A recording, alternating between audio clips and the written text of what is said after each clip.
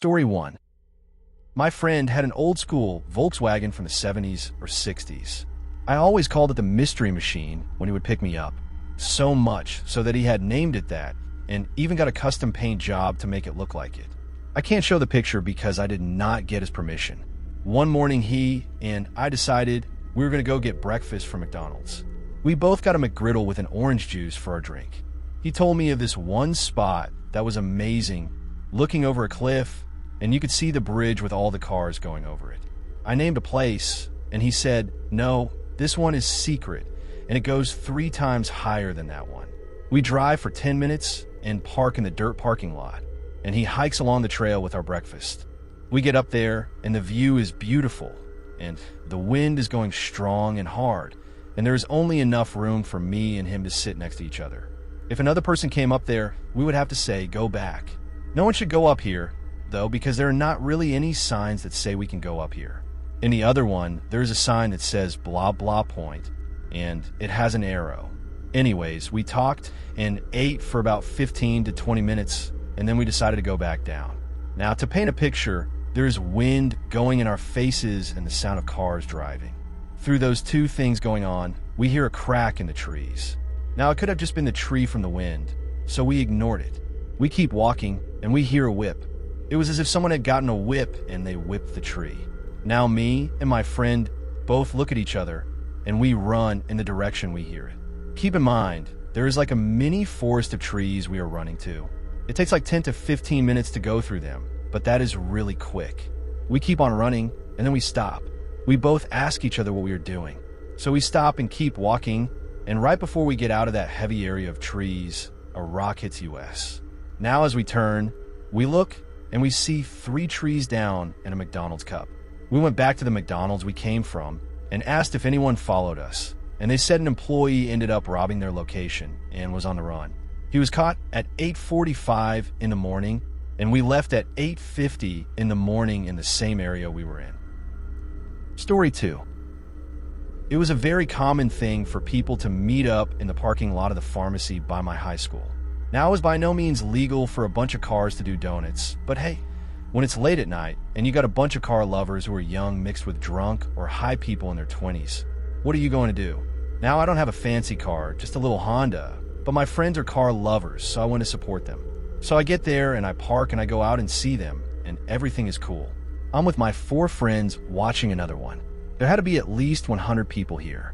I and my 4 friends are lined up, and we see our one friend go whom we recognize, and after him comes this black car that is metallic. And if you've ever seen the Green Hornet with Seth Rogen, this car was that one. Everyone's jaw dropped because of how much it was a classic. This person stops and rolls down their pitch black tinted window and says words I will never forget. If today was your last day on Earth, would you choose to spend it with your loved ones or to drive in my car? One of my friends got cocky and said, "I wouldn't drive that piece of crap over my own life." The man doesn't say anything besides smiles and rolls up his window. No one is in front of the man, so he steps on the gas pedal and peels out of the show, and instead of parking, he leaves. I and the rest of my friends chewed out the guy for the disrespect he caused the man because later on someone at the meet and greet show informed us he was popular for going to car shows and winning awards for his car. I'm talking about before phones or anything. Some time passes and the show is over and we all are hungry. So we go to get some fast food not too far from where the show was. When we left and came back, there was no one there.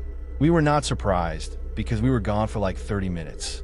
There are 4 people in the car, and we are all eating and talking about life and high school memories. I am getting nagged for having a Honda and not a cool car like them. Hey, you can say what you want about my car, but I barely used any gas, and I drove around 4 people. I think it was at least another 30 minutes before we decided to part ways. Just before everyone gets out to say their final goodbyes, we see a car at the end of the parking lot. Not just any car, but the same black car we saw earlier. It had its lights off and was creeping forward. One of my friends told me to turn on the car and go. Forget about their cars. They were scared for their lives. So as I start the engine, I see the headlights of the car go on. Less than a second later, he is going full speed, and I quickly put the car into reverse and pull out to the right, nearly missing his car. I drive to the closest store that has cameras, but he cuts me off. We all go down an alley, and turn off the car. We called the police and gave them all the information they knew, and their response was chilling. The man who we heard about did not exist and was basically a legend told about back then. He was the definition of a phantom. I said thank you for your time and hung up. I take a back road and end up going through a neighborhood to get back to the parking lot. I'm 2 streets away, and then I hear the engine to the car again. It's getting louder and louder, and we are seconds from crashing into it in a one-way. I close my eyes and scream for help and open them, and my friends are speechless with big eyes and didn't mutter a word for hours. I kept asking them what happened, and finally one of them told me that the car went through everyone. I said, so it's a ghost car? Because I couldn't believe it. That day still provokes arguments between us because of me closing my eyes, but I was young and afraid that day. Story 3. It takes a lot of dedication to work in the fast food industry. You have to either work the register or deal with crappy people asking for their food to be dropped fresh, like we can make a burger in seconds. Working at In-N-Out for a year while going to college has provided a lot of stress. I actually put in my 2 weeks notice about a week ago before this had happened. I just couldn't handle the non-stop movement. My shift was full-time, but felt like 24 hours. The third to last day of me working there, I was working like it was a normal day, and I noticed something. A couple of my coworkers kept laughing and whispering. Now, it's one thing to do that, but when we're in a rush on the busiest day, which is Saturday, and you're doing that and working fries and I need fries for the other, and there are none made, and you're standing there pointing at me, I'm going to get mad. So I told the manager, and he went to him, and then he apologized and started working the station. An hour later, though, he stopped and did the same thing. Now, I would like to point out I've been working with this guy for only 2 months. Every day, he would act like he hated his job, but still would do a good job, and he even worked the cash register and was very efficient. So I went, and I walked up to him, and I told him, like, dude, what's up? He looks at me and says he doesn't want to give me any fries and to mind my own business. So someone this time goes up to the management and tells them, and they walk right to the dude, and they tell him in front of literally everyone, you are fired for the harassment of your coworker. I tell them, hey, he wasn't harassing me at all. I was just mad because we are busy and he is not doing his job. He doesn't say anything except screw you, and he storms out of the front door. After closing, I feel so bad. I offer to clean up for tomorrow, and my manager says it was not my fault, but his, and agrees to let me work overtime. He has the keys, so he stays with me to lock the door behind me. Everything is dead silent after everyone is gone. All you hear is the machines and stuff making a buzzing sound. My manager locks the front door and the back door.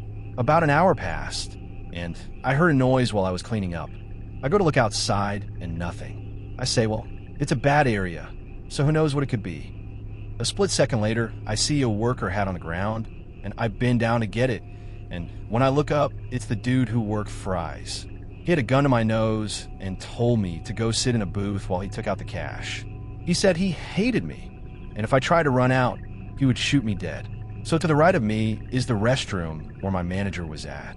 He peeked his head out and heard the whole thing. He showed me his phone and told me he was calling 911 and shut the door silently. 10 minutes passed and the cops got here. The look on the guy's face was pure evil, and he pointed his weapon at me, and nothing happened.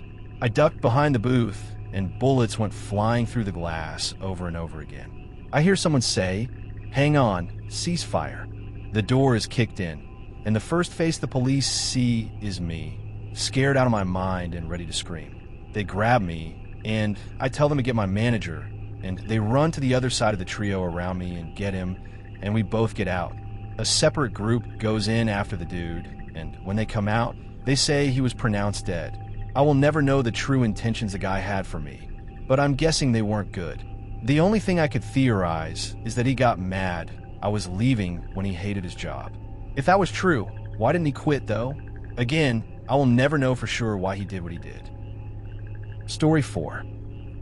I just graduated college, and for 4 hard years, my parents decided they would throw a little party for me and order like 10 pizzas.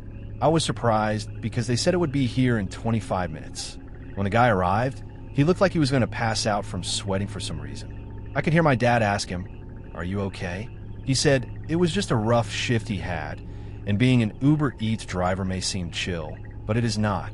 My dad said, "My son just graduated, so we are eating pizza tonight," and the guy said congrats and left at 8 p.m. My mom and dad said they were proud of me, and we watched a movie, and I lay down at 11 p.m. I got a call, and I didn't recognize the number, so I just ignored it. The number called me again, and so I went downstairs to ask my mom and dad if they recognized it, and they said no and to block it, and I did. So some time passes, and I get a call, and again I don't know the number.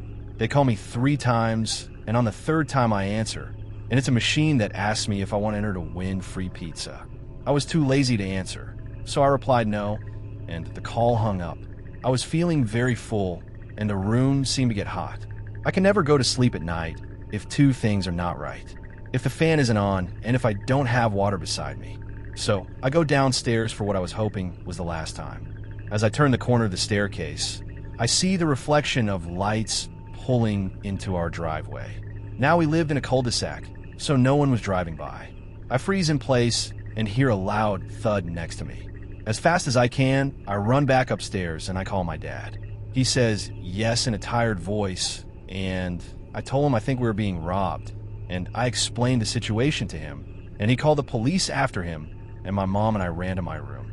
The police arrived and found a chilling note at our door. I delivered something that you will find when it's too late. Luckily, my dad has a Ring door camera, and we all watched in shock as the pizza guy from earlier carried a metallic box-like object to the back and then came out and left.